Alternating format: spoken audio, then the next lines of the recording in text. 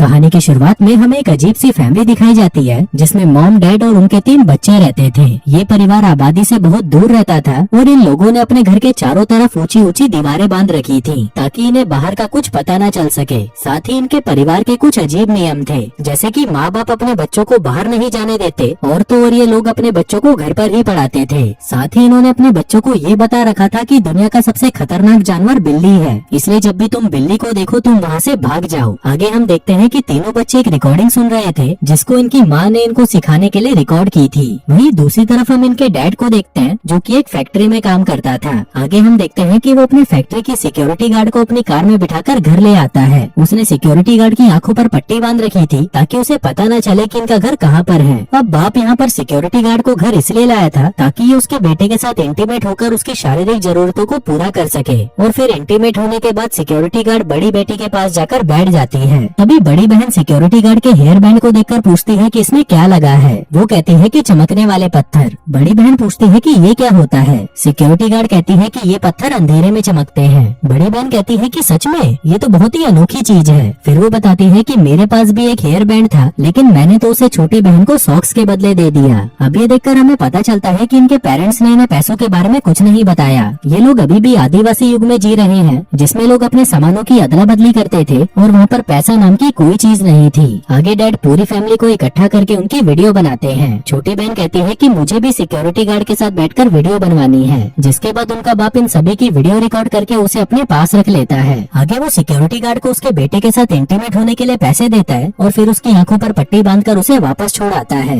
अब रात होती है तो वो सभी लोग डिनर के लिए तैयार होते हैं। अब आप लोग सोच रहे होंगे कि डिनर के लिए कौन तैयार होता है, पर ये भी इनके घर का एक नियम था। वहीं बेटा अपने जूते पॉलिश करके और अच्छे कपड़े पहनकर तैयार हो जाता है और दूसरी तरफ दोनों बहनें भी स्कर्ट के ऊपर शर्ट पहनकर अच्छे से तैयार हो जाती हैं। फिर डिनर के दौरान हमें पता चलता है कि जिस भी बच्चे ने पूरे दिन सबसे अच्छा बर्ताव किया था उसे इनाम दिया जाएगा और इनाम के तौर पर इन्हें कुछ नहीं बल्कि ये बच्चों वाले स्टिकर दिए जाते थे और जिस भी बच्चे के पास सबसे ज्यादा स्टिकर होते थे उस रात घर में उसी की ही चलती थी। मतलब वो अपने लिए कुछ भी मांग सकता था। तभी छोटी बहन अपनी मॉम से फोन मांगती है और इसकी मॉम उसे नमकदानी उठाकर देती है, जिसका मतलब था कि ये लोग नमकदानी को ही फोन कहते थे। आगे हम देखते हैं कि तीनों बच्चों में सबसे ज्यादा स्टिकर इस लड़के के पास होते हैं। अब हमको लगता है कि ये बच्चा अपने लिए कोई बाइक या कार मांगेगा, लेकिन ये गधा कहता है कि हम सब तो टीवी देखेंगे। फिर हमको लगता है कि ये कोई इंग्लिश फिल्म, कोई एवेंजर्स टाइप देखेंगे, लेकिन ये गधे तो अपनी दिन में रिकॉर्ड की गई वीडियो को रात में देखते हैं क्योंकि इनके बाप ने इन्हें कुछ बता ही नहीं रखा था कि मूवीज जैसा कुछ होता भी है।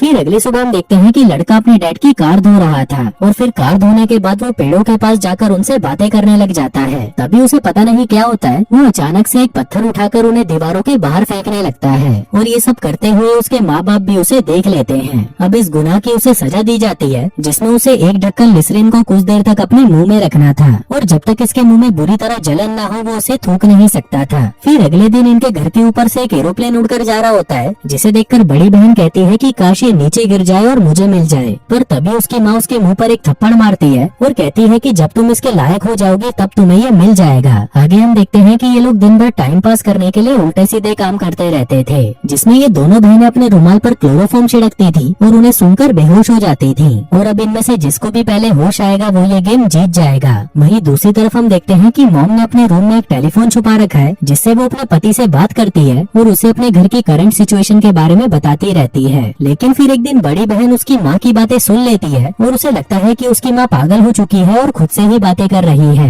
आगे हम देखते हैं कि इनका बाप जब घर पर आता है तो घर आने से पहले वो अपनी कार में से खाने पीने का सामान निकालकर उनमें से सभी लेबल्स को हटा देता है ताकि इन लोगों को बाहर के बारे में कुछ पता ना चले। इसके अलावा इनके माँ बाप ने इन लोगों को ये भी बता रखा है कि तुम लोगों का एक और भाई था जो कि एक दिन इन दीवारों से बाहर चला गया, जिसके बाद से वो अब इस दुनिया में नहीं है। अब इनके माँ बाप इन्हें ये सब बातें इसलिए बताते थे ताकि ये लोग कभी भी घर से बाहर जाने के बारे में ना सोचें। फिर अगले दिन रोज की तरह इनका बाप ऑफिस के लिए निकलता है और फिर घर वापस आते वक्त वो अपने कुत्ते को लेने जाता है जिसे उसने ट्रेनिंग के लिए दिया हुआ था। पर तभी ट्रेनर उसे कहता है कि तुम्हारे कुत्ते की अभी 2nd लेवल की ट्रेनिंग जारी है और अभी उसे इसी तरह 5 लेवल को और पूरा करना है। अब क्योंकि बाप को उसका कुत्ता नहीं मिला था तो वो घर पर आकर अपनी पूरी फैमिली को कुत्ता बनाकर उनसे भुकवाने लगता है और ये देखकर हमें पता चलता है कि इनके बाप ने अपने बच्चों की परवरिश कुत्तों की तरह करी है। फिर अगले दिन हम देखते हैं कि बाप सिक्योरिटी गार्ड को लेकर फिर से घर पर आता है ताकि वो उसके बेटे के साथ इंटीमेट हो सके, लेकिन इस बार वो सिक्योरिटी गार्ड लड़के को अपना कीबोर्ड चाटने को कहती है, लेकिन लड़का उसे ऐसा करने से मना कर देता है। जिसके बाद सिक्योरिटी गार्ड बड़ी बहन के पास जाती है और उससे पूछती है कि क्या तुम्हें ये हेयर बैंड चाहिए जिसपे चमकीले पत्थर लगे हैं। बड़ी बहन कहती है कि हाँ मुझे चाहिए। सिक्योरिटी गार्ड कहती है तो तुम्हें इसके बदले में मुझे भी कुछ देना होगा।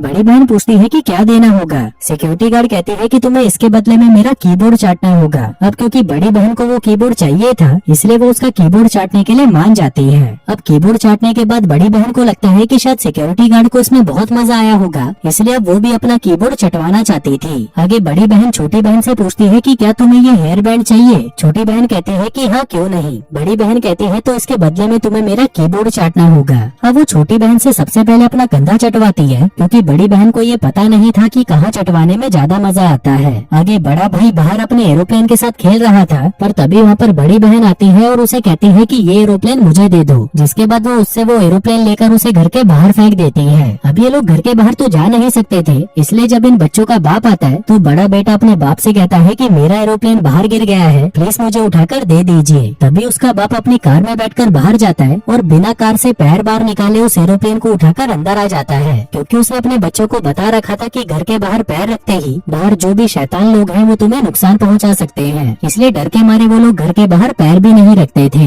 फिर एक दिन हम देखते हैं कि इनके घर पर बिल्ली आ जाती है और जैसा कि इनको पता है कि दुनिया का सबसे खतरनाक जानवर बिल्ली है, इसलिए उसको देखते ही सभी बहुत ज्यादा घबराने लग जाते हैं। पर तभी लड़का अपने हाथ में हथियार लेकर उस बिल्ली की तरफ बढ़ने लगता है और उसे उस हथियार से मारकर मार डालता है। लेकिन जब ये बात इसके बाप को पता चलती है तो वो अपने सारे कपड़े फाड़ देता है और अपने शरीर पर लाल रंग लगाकर घर पहुंचता है। जिसके बाद वो सभी से कहता है कि बाहर वाले शैतान ने मुझे मारने की कोशिश की। फिर अगले सीन में हमें पता चलता है कि इन बच्चों की माँ फिर से प्रेग्नेंट है। जिसके बाद डैड अपने बच्चों से कहता है कि तुम्हारी माँ एक बच्चे को और एक कुत्ते को जन्म देने वाली है, जिसको सुनकर सारे बच्चे तालियां बजाने लगते हैं। अब कुछ दिनों बाद सिक्योरिटी गार्ड फिर से इनके घर पर आती है और वो फिर से बड़े बेटे को अपना कीबोर्ड चाटने को कहती है, लेकिन वो उसे फिर से मना कर देता है। फिर इंटीमेट होने के बाद वो बड़ी बेटी के पास जाती है और उसे अपना कीबोर्ड चाटने को कहती है, लेकिन इस बार बड़ी बेटी भी उसे मना कर देती है और उससे पूछती है कि मुझे इसके बदले में क्या मिलेगा। वो कहती है कि मैं तुम्हारे लिए हेयर जेल लाई हूँ और इससे तुम अपने बालों को कैसे भी सेट कर सकती हो। बड़ी बहन कहती है कि मुझे ये नहीं चाहिए। जिसके बाद वो कहती है कि अगर तुम मुझे तुम्हारे बैग में रखी VCR टेप दे दोगी तभी मैं तुम्हारा कीबोर्ड चाटूंगी।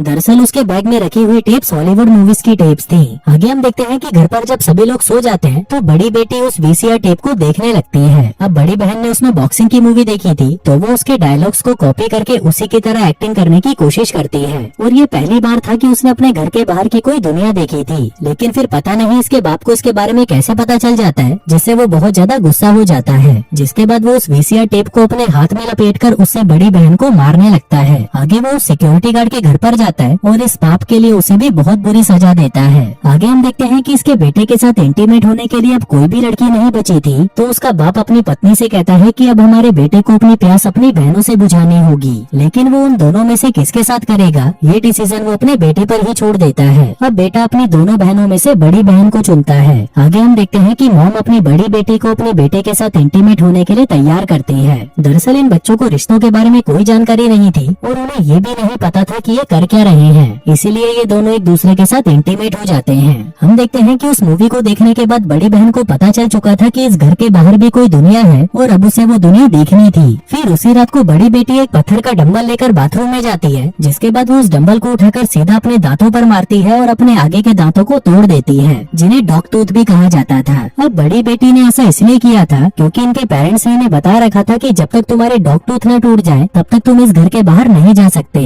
और हमें पता है कि डॉग टूथ इतने मजबूत होते हैं कि वो सिर्फ बुढ़ापे में ही टूटते हैं। इसलिए बड़ी बेटी अपने डॉग टूथ को खुद ही तोड़ देती है, जिसके बाद वो अपनी डैड की कार की डिग्गी में जाकर छुप जाती है। क्योंकि उसे पता था कि वो बाहर की जमीन पर कदम नहीं रख सकती, इसलिए वो कार की डिग्गी में जाकर छुप गई। जिसके बाद जब उसके बाप को पता चलता है कि उसकी जवान बेटी घर से भाग गई है तो वो सभी लोग घर के बाहर उसे ढूंढने लगते हैं। अब क्योंकि इन लोगों ने उसका नाम रखा ही नहीं था तो वो उसे क्या कहकर बुलाते, इसलिए वो सभी उसे भौंक कर बुलाने लगते हैं। फिर काफी देर बीतने के बाद जब उन्हें उसके बारे में कुछ पता नहीं चलता तो वो लोग वापस घर के अंदर आ जाते हैं। अगले दिन डैड अपनी कार को लेकर अपने ऑफिस की तरफ निकल जाते हैं, जिसकी डिग्गी में अभी भी उसकी बड़ी बेटी छुपी हुई थी। और दोस्तों इसी के साथ ही ये कहानी यहीं खत्म हो जाती है।